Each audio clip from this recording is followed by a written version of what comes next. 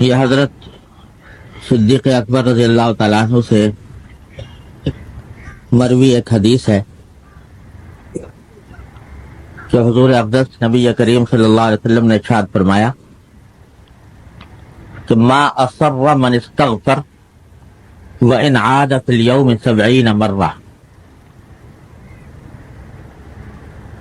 کہ جو شخص استغفار کرتا رہے، اللہ تعالیٰ سے اپنے گناہوں کی معافی مانگتا رہے، وہ چاہے دن میں 70 مرتبہ اس نے گناہ کیا ہو، لیکن وہ ان لوگوں میں شمار نہیں ہوگا جن کو گناہ پر اصرار کرنے والا کہا جائے۔ تفصیل اس کی یہ ہے کہ ایک جگہ قرآن کریم میں اللہ جل جلالہ نے ارشاد فرمایا ہے اپنے نیک بندوں کا ذکر کرتے ہوئے، اپنے ان بندوں کا جو اللہ تبارک و تعالیٰ کے ہاں مقبول ہیں، ان کا ذکر کرتے ہوئے فرمایا والذین اذا فعلوا فاحشۃ او ظلموا انفسهم ذکروا اللہ فاستغفروا لذنوبهم ولم يصروا على ما فعلوا وهم يعلمون، کہ یہ وہ لوگ ہیں کہ اگر کبھی ان سے کوئی بے حیائی کا کام ہو جائے یا یہ اپنی جانوں پر کوئی ظلم کر بیٹھیں، یعنی کسی گناہ کا ارتکاب کر بیٹھیں، تو جب اللہ کو یاد کرتے ہیں تو اللہ کو یاد کر کے یہ اللہ تبارک و تعالیٰ سے اپنے گناہوں کی معافی مانگتے ہیں، اور جو کچھ انہوں نے کیا یعنی جو گناہ ان سے سرزد ہوا اس پر اصرار نہیں کرتے، جان بوجھ کر اس گناہ کے اوپر اصرار نہیں کرتے، بلکہ اللہ تبارک و تعالیٰ سے معافی مانگتے ہیں۔ تو اس آیت کریمہ میں اللہ تبارک و تعالیٰ نے بندے کی توبہ قبول ہونے کے لیے گویا یہ ایک شرط کے طور پر بات ذکر فرمائی کہ گناہ کرنے کے بعد اس گناہ پر اصرار نہ ہو۔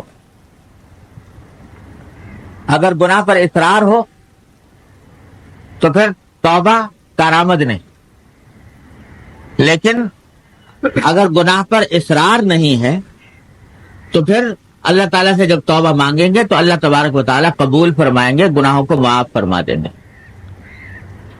یہ تو آیت کریمہ کا ترجمہ ہے۔ اسی آیت کے حوالے سے اس حدیث میں رسول اللہ صلی اللہ علیہ وسلم نے یہ ارشاد فرمایا کہ جو شخص استغفار کرتا رہے مسلسل وہ اصرار کرنے والوں میں شمار نہیں ہوگا، چاہے دن میں 70 مرتبہ گناہ کیا ہو، لیکن وہ اصرار کرنے والوں میں شمار نہیں ہوگا، کیونکہ استغفار کر رہا ہے، اپنے اس فعل پر نادم ہے اور اللہ تبارک و تعالیٰ سے مغفرت طلب کر رہا ہے، تو اس کو اصرار کرنے والوں میں شمار نہیں کیا جائے گا، پھر بھی اللہ تبارک و تعالیٰ اس کی توبہ قبول فرما لے۔ یہ توبہ اور استغفار اللہ تبارک و تعالیٰ نے ایک ایسا نسخہ تریاق عطا فرمایا ہے ہم سب اللہ کے بندوں کو کہ اس کی موجودگی میں شیطان کا کوئی وار کارآمد نہیں رہتا۔ ہمارے حضرت والا قدس اللہ تعالیٰ سے رو فرمایا کرتے تھے کہ جب اللہ تبارک و تعالیٰ نے انسان کو پیدا کیا تو انسان سے بھی پہلے شیطان کو پیدا کر دیا تھا۔ شیطان کی تخلیق پہلے ہوئی، آدم کی تخلیق بعد میں ہوئی، تو انسان سے بھی پہلے شیطان کو پیدا کر دیا تھا، جس کے معنی یہ ہے کہ وہ شیطان اس لیے پیدا کیا گیا تھا، اس کا مقصد تخلیقی یہ تھا کہ جو آدم علیہ السلام بعد میں پیدا ہونے والے ہیں ان کی اولاد کو یہ بہکائے گا۔ گویا گناہ کے سبب کو اللہ تعالیٰ نے پہلے سے پیدا کر دیا اور انسان بعد میں پیدا ہوا، تو گویا اس جب انسان کو بھیجا اس دنیا میں تو ساتھ میں شیطان کو لگا کر بھیجا۔ اب یہ شیطان کیا تھا؟ یہ ایک زہر، جو ہلاک کرنے والا انسان کو. تو اللہ جل جلالہ کی حکمت سے یہ بات بعید تھی، حکمت سے بھی اور رحمت سے بھی یہ بات بعید تھی کہ اللہ تعالیٰ زہر پیدا فرمائے اور اس کا تریاق پیدا نہ کرے، اس کا توڑ پیدا نہ فرمائے. تو اللہ تبارک و تعالیٰ نے زہر بھی پیدا کیا، شیطان اور نفسانی خواہشات، یہ زہر ہے. لیکن اس زہر کا تریاق بھی اتنا آسان بنا دیا، اتنا آسان بنا دیا کہ ادھر سے یہ زہر انسان کو کاٹے اور ڈسے، اسی وقت انسان تریاق استعمال کر سکتا ہے بغیر کسی ادنا محنت کے. گناہ ہوا اور گناہ کے فوراً بعد طبیعت میں ندامت ہوئی، اور ندامت کے بعد اس نے کہہ دیا استغفر اللہ ربی من کل ذنب واتوب الیہ. بڑے سے بڑے گناہ کا تریاق ہو گیا، زہر کا تریاق ہو گیا.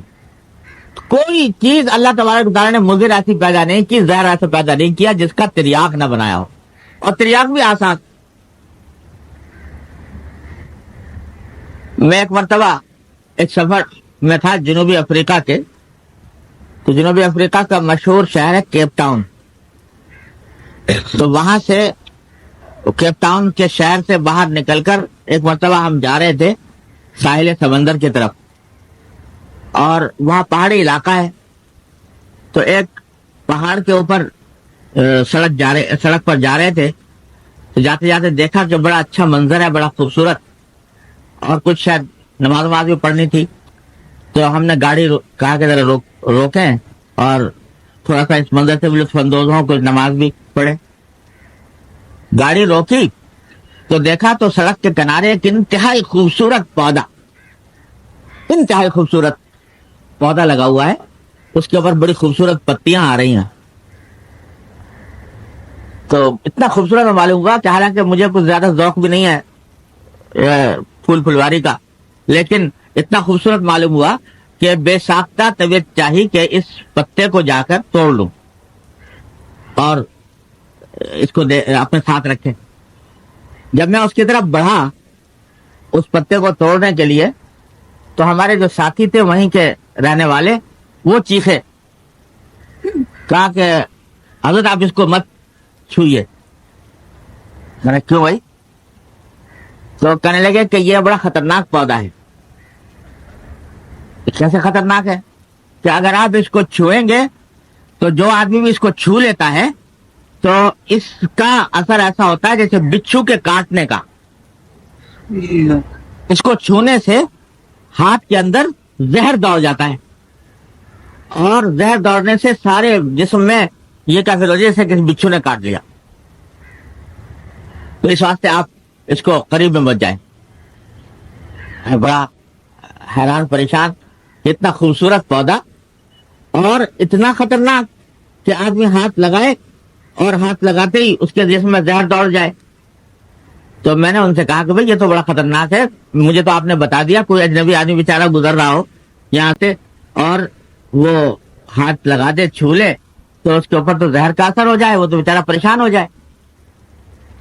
تو اس پر انہوں نے کہا کہ ہاں ہے تو بڑا خطرناک، مگر اللہ تعالیٰ کی قدرت ایسی ہے کہ جہاں یہ پودا ہوتا ہے اسی کی جڑ میں ایک اور پودا بھی ہوتا ہے، اور وہ پودا اس زہر کا تریاق. جہاں یہ پودا پایا جائے گا اس کے ساتھ ہی میں نے دوسرا پودا پیدا کر دیا ہے. اگر کسی نے اس کو چھوا اور اس کے اوپر زہر کا اثر ہو گیا تو فوراً اس کا علاج یہ ہے کہ نیچے جو پودا اگ رہا ہے اس کو ہاتھ لگا لے تو سارا زہر کا اثر ختم ہو جاتا ہے. میں نے کہا دیکھو اللہ تبارک اللہ احسن الخالقین. لوگ کہتے ہیں کہ صاحب یہ خود بخود پیدا ہو گیا، یہ کائنات، یہ عالم، یہ پھول جو ہے، یہ پھل اور یہ سب خود پیدا ہو گئے. تو میں نے کہا یہ بہترین اللہ تعالیٰ نے مثال دے رکھی ہے گناہوں کی اور توبہ کی، گناہوں کی اور استغفار کی، کہ یہ گناہ جو ہیں دیکھنے میں بڑے خوش منظر، بڑے دلاویز، انسان کا دل ان کی طرف مائل ہوتا ہے، انسان کا دل اس کی طرف لپکتا ہے، لیکن خاصیت ان کی ایسی زہریلی کہ اگر ان کو آدمی اس طرح کر لے، وہ گناہ کا ارتکاب کر لے، تو اس کے نتیجے میں انسان جو ہے اس کے اوپر زہر چڑھ جاتا ہے، اور ایسا زہر چڑھتا ہے کہ اللہ تعالیٰ سے محفوظ رکھے. لیکن ساتھ ہی اللہ تبارک و تعالیٰ نے تریاق بھی پیدا فرما رکھا ہے، اور تریاق بھی اتنا آسان، جیسے وہاں کہ تریاق کے لیے کہیں دور جانے کی ضرورت نہیں، وہیں جڑ میں نکلا ہوا ہے۔ اسی طریقے سے ہر گناہ کا تریاق اللہ تبارک و تعالیٰ نے اتنا آسان بنا رکھا ہے کہ جب چاہو، جہاں چاہو، جس طرح چاہو اس تریاق کو استعمال کر لو۔ استغفر اللہ ربی من کل ذنب واتوب الیہ، اللہ دل سے کہہ دو، ندامت کے ساتھ، پشیمانی کے ساتھ کہ یا اللہ یہ غلطی ہو گئی، یہ مجھ سے گناہ سرزد ہو گیا، اور آئندہ کے لیے اپنی طرف سے عزم کرتا ہوں، ارادہ کرتا ہوں جب آئندہ یہ گناہ نہیں کروں گا۔ جب ایک مرتبہ یہ دل سے کہہ دیا، اللہ تعالیٰ کی طرف رجوع ہو گئے، کتنا ہی بڑے سے بڑا پہاڑ گناہ ہو اللہ تعالیٰ نے ڈھیر کر دیا۔ اور یہ دروازہ کھلا رکھا ہے، التائب من الذنب کمن لا ذنب لہ، کہ جو ایک مرتبہ توبہ کر لے تو وہ ایسا ہو گیا جیسے کہ گناہ کبھی کیا ہی نہیں۔ اور دروازہ کھلا ہے، کھلا ہے، کب تک کھلا ہے؟ جب تک کہ سکرات الموت طاری نہ ہو جائیں، نظر کی کیفیت نہ آ جائے، اس وقت تک یہ دروازہ کھلا ہوا ہے۔ تو بھائی یہ اللہ تبارک و تعالیٰ نے استغفار اور توبہ ایسی چیز بنائی ہے کہ اس سے بڑے گناہوں کے پہاڑ جو ہیں وہ منہدم ہو جاتے ہیں آن واحد۔ تو ہمارے حضرت فرماتے تھے، اللہ تعالیٰ ان کے درجات بلند فرمایا کرتے تھے کہ بھائی یہ جتنے گناہ ہیں نا، یہ بھی آخر کس نے پیدا کیے؟ پیدا کرنے والے تو اس کے اللہ جل جلالہ ہی ہے۔ خالق خیر بھی وہ ہے، خالق شر بھی وہ ہے۔ تو ثواب کے پیدا کرنے والے بھی وہی، عذاب کے پیدا کرنے والے بھی وہی، نیکی کے پیدا کرنے والے بھی وہی، گناہ سے پیدا کرنے والے بھی وہی۔ پیدا تو انہوں نے کیا ہے۔ یہ پیدا جو کیے گئے ہیں یہ کوئی بغیر مصلحت اور حکمت کے نہیں کیے گئے۔ انسان کو بھیجا ہی دنیا میں اس وقت جب یہ بات طے ہو گئی کہ اس میں غلطی کرنے کی صلاحیت ہے۔ اگر غلطی کرنے کی صلاحیت نہ ہوتی تو اس کو انسان کے تخلیق کا مقصد ہی بہت تھا۔ حضرت آدم علیہ السلام کو پیدا کیا، فرشتے کہہ رہے ہیں کہ یا اللہ کس کو آپ پیدا کر رہے ہیں؟ ایک ہم ہیں کہ صبح سے لے کے شام تک تسبیح میں، تقدیس میں، آپ کی حمد و ثنا میں لگے رہتے ہیں، اور ہم کبھی گناہ کر ہی نہیں سکتے، معصیت کر ہی نہیں سکتے، نافرمانی کا تصور ہی نہیں، اور ایک ایسے مخلوق کو آپ پیدا کر رہے ہیں کہ جس کے اندر گناہ کی صلاحیت ہے، جس کے اندر فساد کی صلاحیت ہے، دنیا میں فساد پھیلانے کی صلاحیت ہے۔ یہ مخلوق کیوں پیدا کی جا رہی؟ اللہ تبارک و تعالیٰ نے جواب میں فرمایا کہ انی اعلم ما لا تعلمون، تم نہیں جانتے، میں جانتا ہوں۔ اس مخلوق کو جو میں پیدا کر رہا ہوں تو میں ہی جانتا ہوں کہ یہ مخلوق کیوں پیدا کی جا رہی ہے۔ یہ اس لیے پیدا کی جا رہی ہے کہ تمہارے اندر گناہ کی صلاحیت نہیں، تم گناہ سے بچو گے تو تمہارا کوئی کمال نہیں۔ اور یہ مخلوق جو ہم پیدا کر رہے ہیں اس کے اندر ہم نے گناہ کے سارے تقاضے ودیت کیے ہیں۔ اس میں غصہ بھی ہے، اس میں شہوت بھی ہے، اس میں خواہشات نفس بھی ہیں، اس کو بھوک بھی لگتی ہے، اس کو پیاس بھی لگتی ہے، اس کے ساتھ سارے بشری تقاضے پیدا ہوتے ہیں۔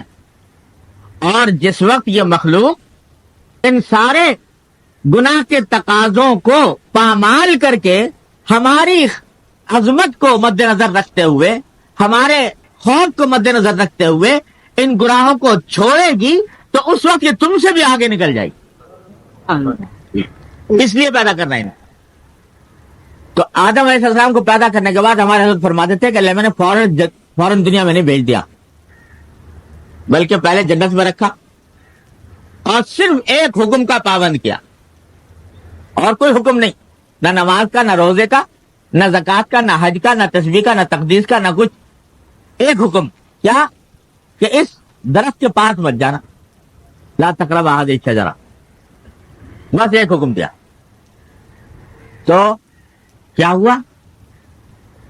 آزمانا یہ تھا کہ آیا یہ ہو گئی اس میں صلاحیت پیدا دنیا میں جانے کی کہ نہیں۔ جب وہ درخت کھا لیا اور درخت کھا کے غلطی ہو گئی، اور غلطی ہونے کے بعد پشیمانی ہوئی کہ اللہ یہ کیا ہو گیا، اور یہ بھی پتہ نہیں کہ اس پشیمانی کی حالت میں اس غلطی کا مداوع کیسے ہو، کیسے علاج کروں، کیا اس کا تدارک کیسے ہو۔ اس بے بسی کے عالم میں کہ یا اللہ یہ ہو گیا، اب ندامت ہے، شرم ہے، افسوس ہے، صدمہ ہے، یہ سب کچھ ہے، پتہ نہیں چل رہا کہ اب کیا کرے. تو اللہ تعالیٰ فرماتے ہیں چلو ہم تمہیں بتاتے ہیں کیا کرو. فتلقى آدم من ربه کلمات، اللہ تعالیٰ نے آدم علیہ السلام کو کچھ کلمات سکھائے اس وقت. وہ کلمات کیا تھے؟ ربنا ظلمنا انفسنا وان لم تغفر لنا وترحمنا لنكونن من الخاسرین. اے اللہ ہم نے اپنی جان پر ظلم کر لیا، اور اگر آپ معاف نہیں کریں گے، آپ رحم نہیں کریں گے تو ہم تو بڑا خسارے میں ہو جائیں. یہ استغفار کے یہ کلمات اللہ تبارک و تعالیٰ نے سکھائے آدم علیہ السلام.